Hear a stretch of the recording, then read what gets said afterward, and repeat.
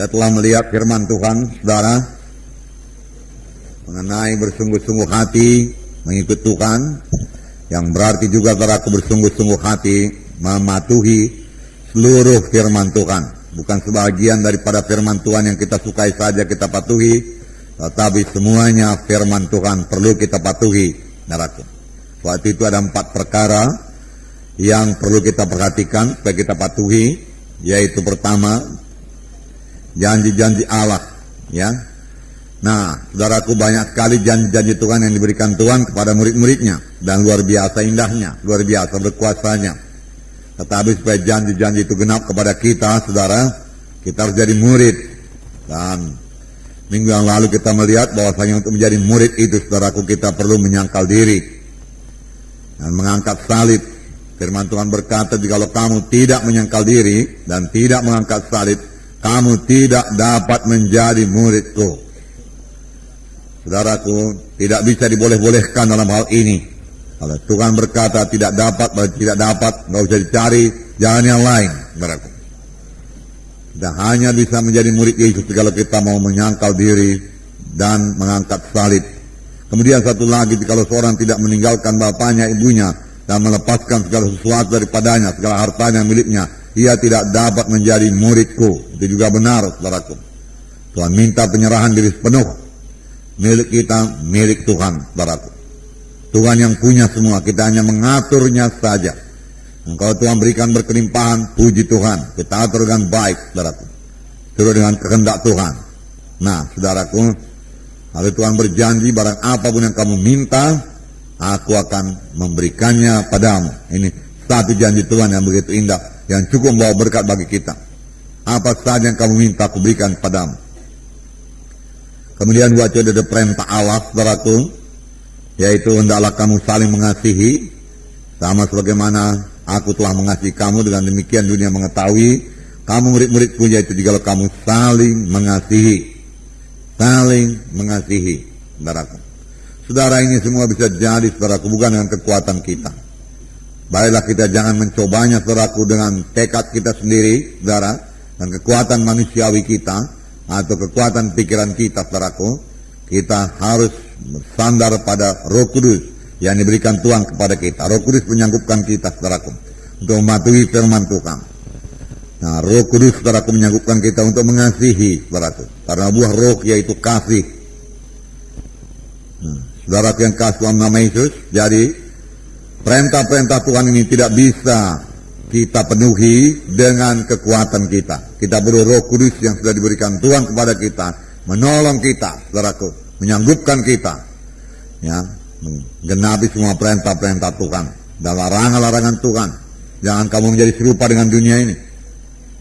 Kalau seorang mengasihi dunia ini, maka jangan kamu mengasihi dunia ini. Jangan, Tuhan berkata. Ini tidak ada padanya kasih Bapa. Jadi harus pilih salah satu, kasih dunia atau kasih Bapa. Kalau kita mengasihi dunia, kasih Bapa tidak ada, saudaraku. Kalau kita mengasihi Bapa, harus tidak boleh mengasihi dunia ini. Nah, itu juga, saudaraku, hanya bisa kita laksanakan, saudara, dengan kuasa Roh Kudus yang dianugerahkan Tuhan bagi kita. Kita biarkan Roh Kudus meneguhkan kita, mendiami hati kita, saudaraku, dan memimpin kita. Baru kita sanggup, saudaraku. Kemudian ada peringatan-peringatan, saudaraku, yang juga, saudaraku, hanya Roh Kudus juga, saudaraku, yang bisa mengingatkannya kepada kita. Peringatan-peringatan, awas, dia katakan, nabi-nabi palsu, dia katakan, ya, dari buahnya kamu akan mengenal dia. Tetapi dengan Roh Kudus dalam kita, Roh Kudus segera mengatakannya kepada kita. Nah, saudara, jadi semua kita perlu penuh dengan Roh Kudus, saudaraku. Memang dari mulanya Tuhan sangat menekankan, saudaraku, mengenai Roh Kudus ini, saudaraku. Mengenai Roh Kudus. Selama dia di dunia ini, dia banyak, saudaraku, bicara mengenai Roh Kudus.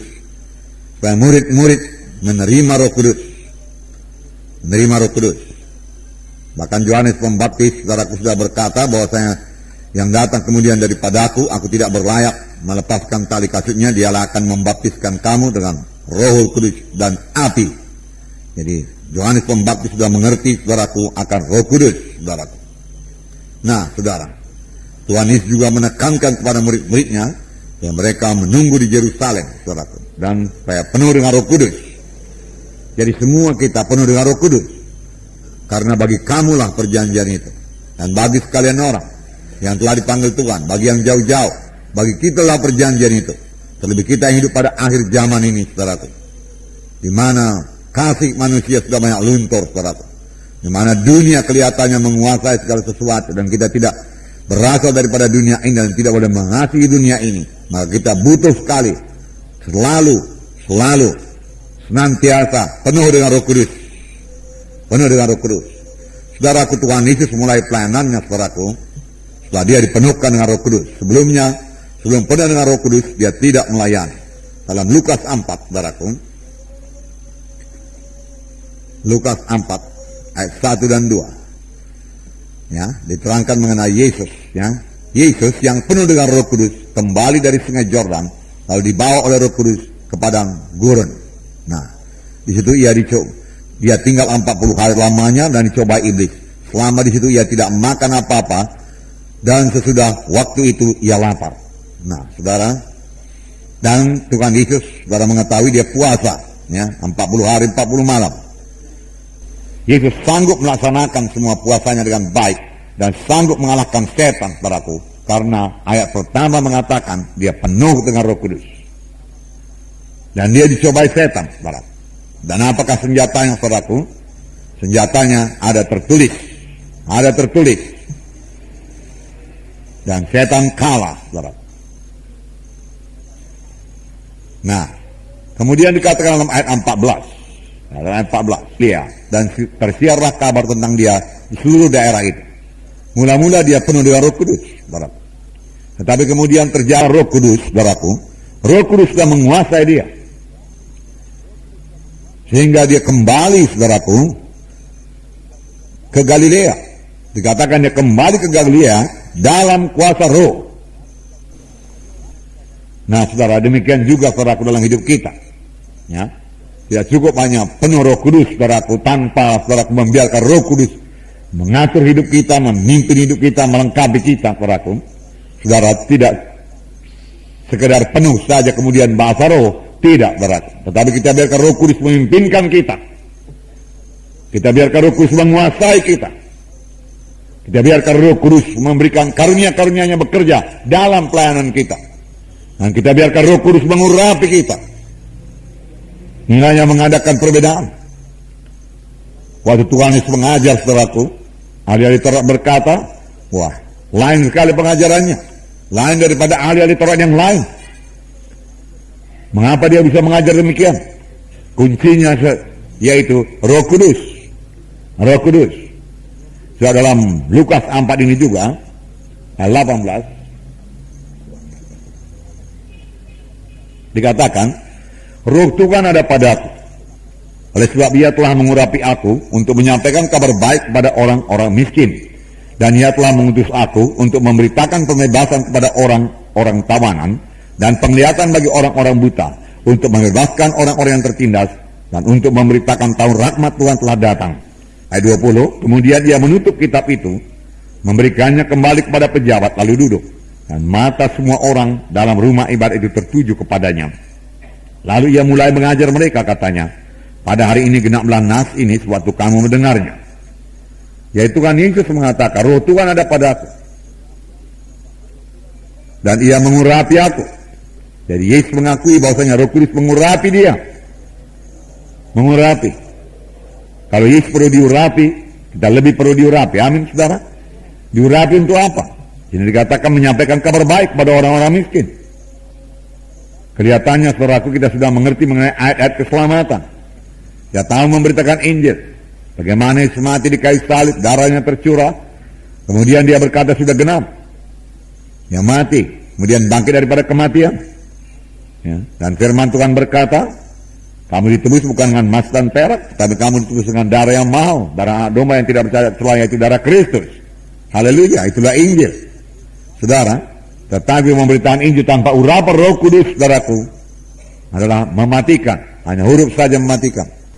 Kita butuh urapan Roh Kudus untuk menyampaikan kabar baik, sama sebagaimana Yesus diurapi Roh Kudus, baru dia bicara. Urapan, jubah. Nah, juga saudaraku, memberitakan kebebasan bagi orang-orang tawanan, di mana ada Roh Tuhan sudah kebebasan. Firman Tuhan berkata, nah, Roh Kudus saudaraku mengurapi Tuhan Yesus untuk memberitakan pembebasan. Saudaraku, saya yakin saudaraku, pada waktu pemberitaan firman Tuhan juga banyak orang sembuh, belum didoakan, belum sampai kepada jam berdoa. Banyak orang terikat bebas pada waktu pemberitaan firman Tuhan. Saudara, jangankan waktu pemberitaan firman Tuhan, saudara, pada waktu saudaraku pujian penyembahan, pujian, saudara, kita memuji Tuhan, kitalah umat pemuji, amin saudaraku, memuji Tuhan. Mengapa kita puji Tuhan? Karena apa yang telah diperbuatnya bagi kita, karena perbuatan tangan yang besar, kita puji Tuhan. Firman Tuhan dalam buku Mazmur berkata, ya, bersorak-soraklah untuk Tuhan, pujilah dia, ya, bersukacitalah di hadiratnya, haleluya. Firman Tuhan mengatakan demikian. Kemudian kita perlu juga menyembah Tuhan dalam roh dan dalam kebenaran. Lalu kita menyembah Tuhan, saudaraku, kita menyembah karena besarnya Tuhan itu, berkuasanya Tuhan itu. Kita menyembah Tuhan karena siapa dia adanya. Kita memuji Tuhan karena perbuatan tangannya. Kita menyembah Tuhan karena Tuhan itu besar, karena siapa dia? Dia Tuhan ajaib, ya, besar dan perkasa Allah kita. Raja Daud berkata, laut-laut dia katakan bergemuruh, ya, memuliakan Tuhan. Puji Tuhan. Nah, waktu pujian dan penyembahan, saudaraku, yang betul-betul diurapi Tuhan, saya yakin banyak orang sembuh, banyak orang bebas. Amin saudara. Nah, oleh sebab itu perlu sekali saudara diurapi Tuhan dalam pelayanan saudara di kelompok saudara. Tentunya mau jiwa-jiwa datang dan diselamatkan saudaraku, datang dan dilepaskan. Saudara mau jiwa-jiwa itu berubah saudaraku, ya, bersandarlah kepada kuasa Roh Kudus yang mengurapi saudara. Urapan sebenarnya artinya yaitu kehadiran Roh Kudus, kehadiran Roh Kudus untuk mengurapi saudara. Hanya Roh Kudus untuk menjamah hati jiwa-jiwa yang hadir, sehingga mereka mengerti firman Tuhan, sehingga mereka menerima firman Tuhan, sehingga mereka menerima kuasa Tuhan. Haleluya saudara. Puji Tuhan. Jadi Yesus diurapi oleh Roh Kudus, membebaskan orang-orang yang tertindas. Urapi saya Tuhan, saya memberitakan firman, membebaskan orang-orang yang tertindas. Urapan Roh Kudus memberikan kebebasan bagi orang-orang tertindas. Saudara melayani, saudara melayani dalam urapan Roh Kudus. Jangan berangkat dari kesulitan diurapi oleh Roh Kudus. Amin saudara. Ya, urapan Roh Kudus itu yang mengadakan perbedaan. Saudara, orang yang diurapi Roh Kudus yang bisa menyelamatkan dunia ini, saudara. Tetapi jangan lupa, saudara, satu perkara lagi. Jangan miskin daripada firman Tuhan. Ketika kita baca Lukas pasal 4 tadi dikatakan, saudara, bahwasanya Yesus penuh dengan Roh Kudus. Lalu dengan kuasa Roh dia kembali ke Galilea. Tapi jangan lupa bahwasanya Yesus juga penuh dengan firman Tuhan. Nyatanya dia mengetahui firman Tuhan yang diucapkan oleh setan, dan dia tahu bahwasanya firman Tuhan itu tidak ditempatkan pada tempat yang sebenarnya, dan dia tahu menjawab dengan firman Tuhan dengan berkata, ada tertulis. Yaitu dua perkara saudaraku. Yesus penuh dengan Roh Kudus, Yesus penuh dengan firman Tuhan, lalu mengalahkan setan. Kadang-kadang ada anak Tuhan yang hanya penuh dengan firman, penuh dengan Roh Kudus, saudaraku, dengan Roh Kudus, dan dia tidak tahu firman Tuhan, sangat miskin dengan firman Tuhan. Saudara, Roh Kudus memang mengurapi dia, tapi kemudian dia jatuh pada perasaan-perasaannya, saudara. Karena dia tidak kenal firman Tuhan, tidak kaya dengan firman Tuhan. Ya, dua-dua harus saudara miliki, penuh dengan Roh Kudus dan penuh dengan firman Tuhan. Maka kemenangan saudara miliki. Haleluya saudara. Haleluya. Nah, saudaraku, itu sebabnya Tuhan Yesus berkata, kamu harus penuh dengan Roh Kudus. Tunggulah di Yerusalem, dia katakan, sampai kamu dipenuhkan dengan Roh Kudus. Dalam Kisah 1. Kisah 1 ayat 4. Pada suatu hari, ketika ia makan bersama-sama dengan mereka, ia melarang mereka meninggalkan Yerusalem dan menyuruh mereka tinggal di situ untuk menantikan janji Bapa. Yang demikian katanya telah kamu dengar daripadaku. Sebab Yohanes membaptis dengan air, tapi tidak lama lagi kamu akan dibaptis dengan Roh Kudus. Jangan berangkat sebelum kamu dibaptis dengan Roh Kudus. Jangan berangkat sebelum kamu diurapi dengan Roh Kudus. Jangan melayani sebelum kamu diurapi dengan Roh Kudus. Ini sebenarnya yang dikatakan Tuhan Yesus. Dan ini berlaku bukan hanya bagi murid-murid saja, itu berlaku saudara bagi kita semua, murid-murid Tuhan Yesus sekarang ini. Amin saudara. Ya, jangan berangkat. Haleluya.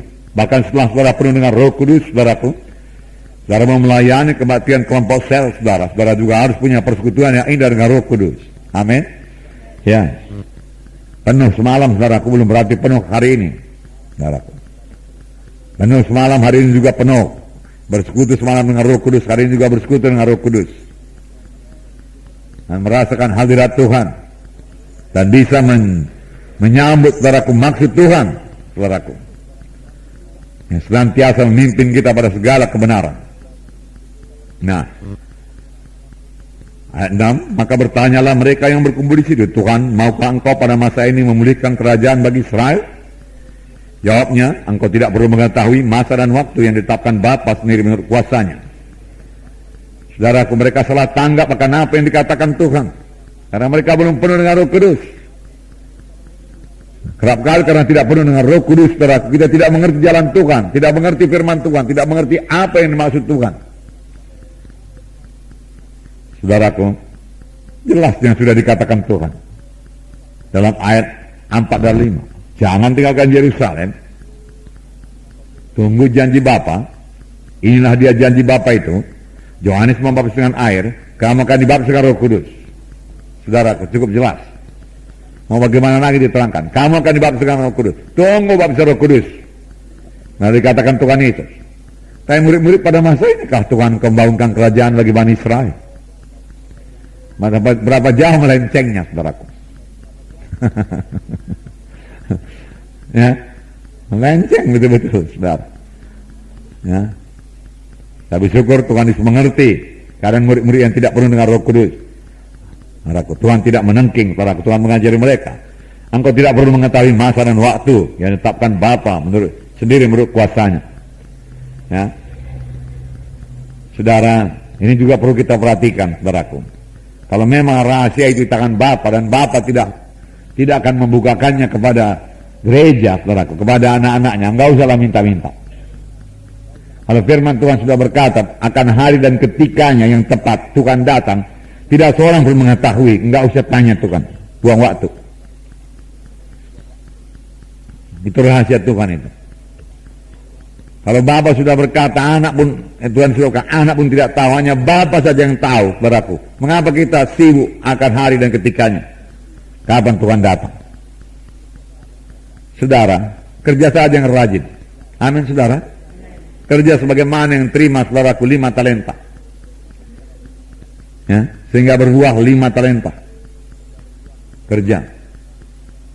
Saudara tahu bahwasanya orang Yahudi, saudaraku, tiap-tiap hari, saudaraku, menantikan kedatangan Mesias. Dalam satu perkara itu saya kagum juga kepada mereka.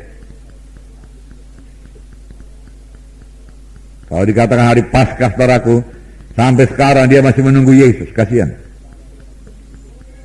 Tapi itulah kalau tidak dipimpin oleh Roh Kudus, nggak mengerti juga kebenaran. Dia membuka pintu pada hari Paskah, saudara. Semuanya sudah disediakan makanan Paskah di sini, saudara. Dan dia berteriak di luar dengan pakaian Yahudinya. Mesias, dia katakan, semua telah tersedia, silakan datang.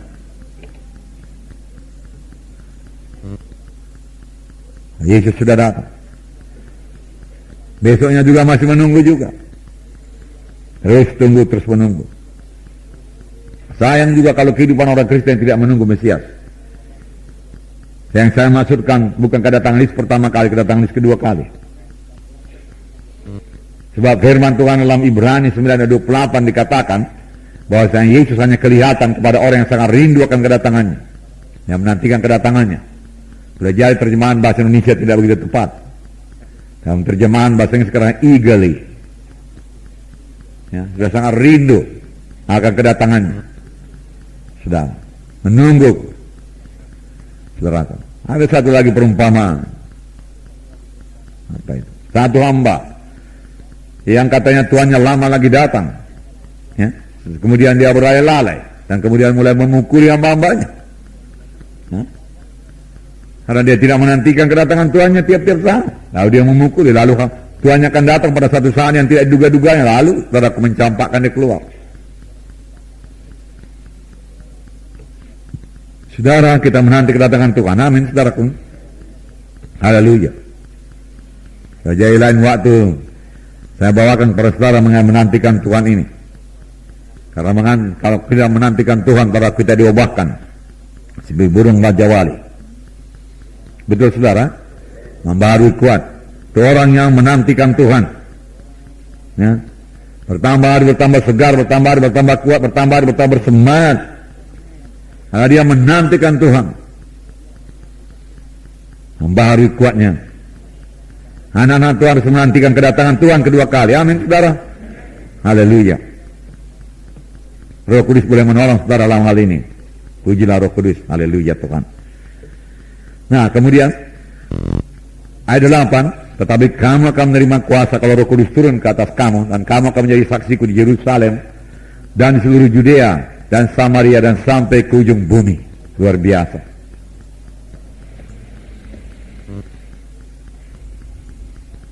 Menjadi saksi Tuhan sampai ke ujung bumi.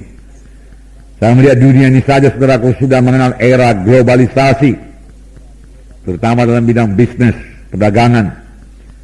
Saudara. Tetapi saya melihat gereja-gereja juga bergerak, saudaraku. Mulai memikirkan saudaraku daerah-daerah yang belum diinjili walaupun bukan negaranya. Puji Tuhan, saudaraku. Nah, dan firman Tuhan berkata, Roh Kudus yang saudara terima di jalan Hasadunin ini, saudaraku, berkuasa mengurapi saudara sehingga saudara menjadi saksi Tuhan, saudaraku, di India sana, di Thailand sana. Amin saudara, di Penang, saudaraku. Haleluya. Saudaraku, Penang sudah meminta saudaraku pengerja, saudaraku, dan juga minta supaya ada beberapa orang dari kita melayani dalam camp di sana, saudaraku. Ya. Yang kebanyakan dihadiri oleh orang Batak, saudaraku. PKI, ya, Tenaga Kerja Indonesia, ya, ya, jadi Tenaga Kristen Indonesia.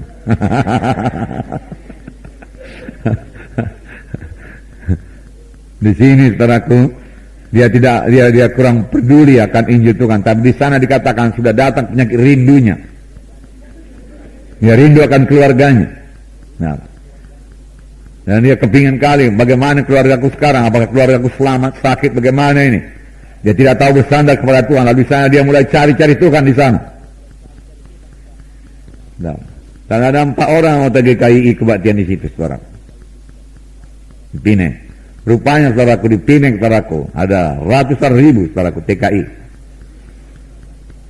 Ada jumlah yang besar. Saya membias, saudaraku, dengan anggota 10.000. Jadi banyak ladang. Amin saudara. Siapkan saya diri saudara. Firman Tuhan berkata, Roh Kudus, ya, akan menyanggupkan kamu menjadi saksiku di Yerusalem, Judea, Samaria, sampai ke ujung bumi. Sampai ke ujung bumi. Saudara, sebenarnya dia minta orang tua, ya, satu keluarga. Tapi saya lihat belum ada orang tua bersiap. Mari bersiap. Amin saudaraku. Ya.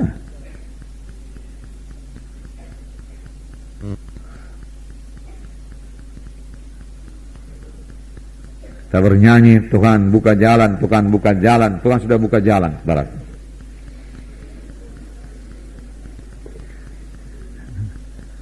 Ada lagi nyanyinya lebih ke belakang lagi.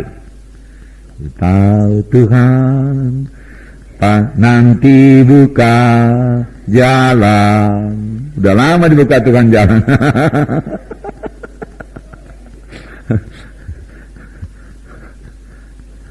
Mari kita sambut penuh Roh Kudus. Amin, saudara. Nah, saudara, memang saudaraku, kalau kita mau menjadi saksi yang berkuasa, kita harus penuh dengan Roh Kudus. Sini dikatakan, kamu akan menerima kuasa. Waktu pelajaran training kita katakan, kamu akan menerima dunamis. Ya. Kamu akan menerima gerakan Roh Kudus dalam kamu, yang membuat kamu tidak bisa tinggal diam, yang membuat kamu bicara, yang membuat kamu menyala-nyala dalam kasih Tuhan. Pekerjaan Roh Kudus, dinamis. Ya, kamu mengadakan kejutan-kejutan, ledakan-ledakan, dinamis. Sama seperti dinamit meledak. Mengadakan kejutan. Seharusnya kita, saudaraku, mengadakan kejutan, paling tidak pada orang sekitar kita. Karena apa? Perubahan yang ajaib terjadi bagi kita. Luar biasa perubahan ajaib. Nah, lain lagi, saudaraku, ya, dalam Yohanes 1:12 dikatakan, ya, semua orang yang menerima dia, kepadanya diberi kuasa. Sama-sama kuasa dalam bahasa Indonesia. Tapi dalam perkataan bahasa aslinya, saudaraku, di situ dikatakan perkataan kuasa maksudnya exousia, ya. Kepadanya diberi hak, ya, untuk menjadi anak-anak Allah.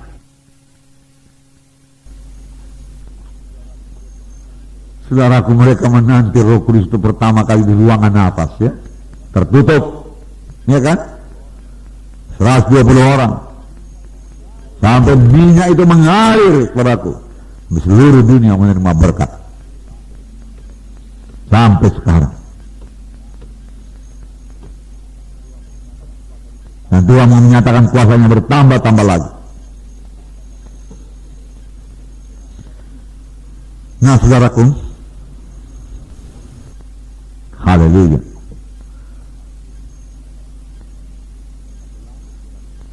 Satu lagi, saudaraku, yang perlu saudara perhatikan.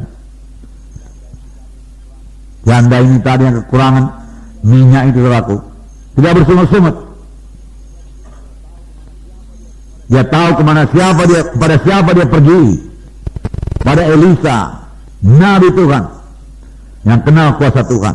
Kalau dia bersungut-sungut saja dan putus asa, Tuhan, dahulu suamiku seorang nabi, aku kelaparan, kau tidak mengatur hidupku, bagaimana engkau Tuhan? Ya, saudara, dia tidak dapat pertolongan.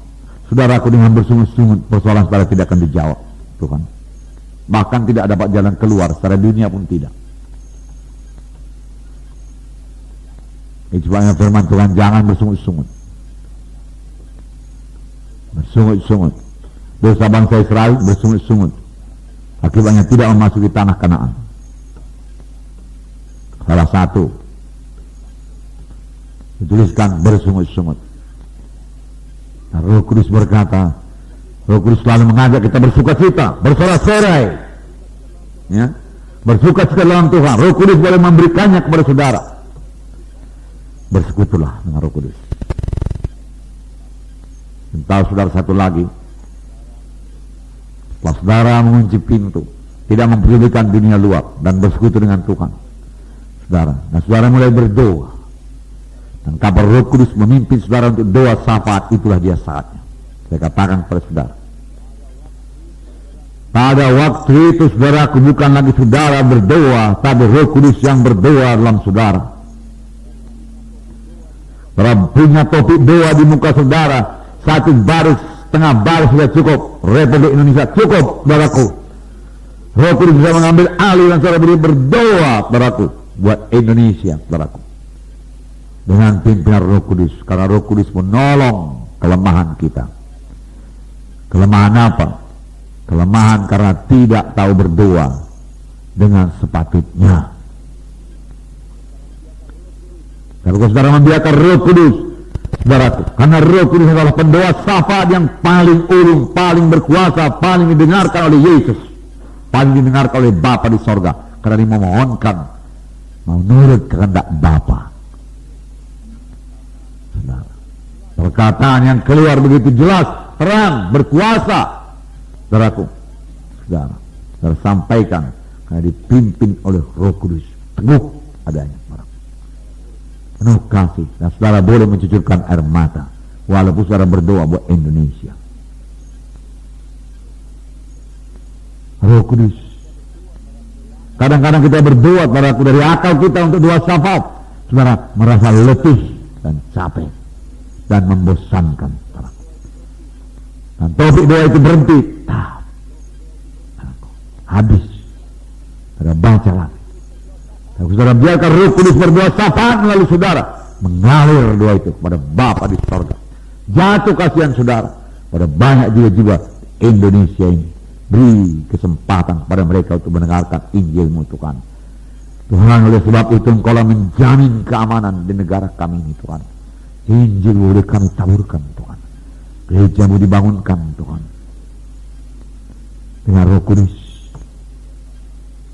Jangan mau berdoa syafaat. Dengan Roh Kudus. Nah, Roh Kudus pendoa syafaat. Ini memang salah satu poin teratur yang akan saya terangkan nanti pada hari Minggu. Haleluya. Amin, saudara. Puji Tuhan. Saudaraku, marilah kita senantiasa penuh dengan Roh Kudus. Kalau demikian, saudaraku. Ya. Tanpa Roh Kudus, apa yang bisa kita perbuat? Apa yang bisa saya perbuat, saudara? Tuhan tegas berkata kepada murid-muridnya, tunggu di Yerusalem. Murid-murid yang sudah diajari Tuhan 3,5 tahun, apakah saya lebih daripada murid-murid itu? Tidak bisa. Apakah saudara lebih? Juga tidak, saudara. Pengertian rohani datang karena Roh Kudus. Sudah, saya katakan tadi, saudaraku, sudah kita baca sedikit bahwasanya Petrus mulai berkhotbah. Ini dia yang dikatakan Nabi Joel. Ya, karena sebelumnya, saudaraku, dia masih bertanya, inikah saatnya Engkau membangunkan kembali kerajaan bagi Bani Israel? Tetapi setelah Roh Kudus turun, dia mengerti, saudaraku, bahwasanya itulah dia bab Roh Kudus seperti yang dikatakan Nabi Joel. Segera dia mengerti. Amin, saudara. Roh Kudus tak menerangi hatinya.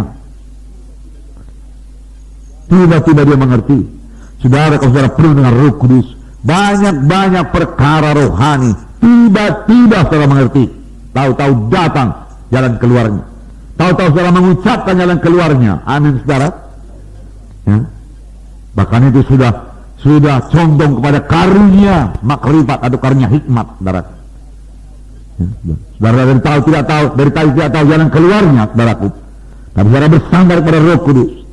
Nah, saudara sudah berhadapan dengan orang tersebut, atau saudara harus memutuskan satu perkara. Tiba-tiba Roh Kudus memberikannya kepada saudara. Tepat pada saat itu, kuat dan teguh. Pekerjaan Roh Kudus. Saulus, saudara, penganiaya orang Kristen. Dia rasa kasihan sesat, ya, dia bunuhin. Dan waktu Ananias meletakkan tangan atasnya dan dia penuh dengan Roh Kudus, seketika itu juga dia tahu Yesus Mesias dan mulai memberitakan Yesus. Tiba-tiba dia mengerti. Tiba-tiba, sama sebagaimana waktu kedatangan Roh Kudus dikatakan, tiba-tiba Roh Kudus turun memenuhi ruangan itu. Tiba-tiba. Biar kita semua rindu ini terjadi kebaktian kita. Tiba-tiba Roh Kudus turun. Tiba-tiba Roh Kudus turun.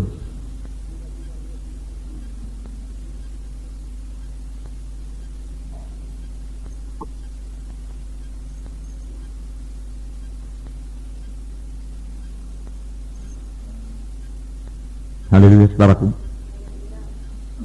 Tiba-tiba dia bisa bicara kepada saudara. Kalau saudara membuka hati, ya, jangan membiarkan perkara-perkara duniawi, kepentingan saudara sendiri memenuhkan saudaraku, menungkan kasih Tuhan. Maka dia bicara kepada saudara. Dia pribadi, dia hidup, dia bicara. Dan tiba-tiba juga dia bisa membuat saudara bersuka cita. Amin, saudara. Roh Kudus. Mari kita berdiri, saudaraku. Haleluya.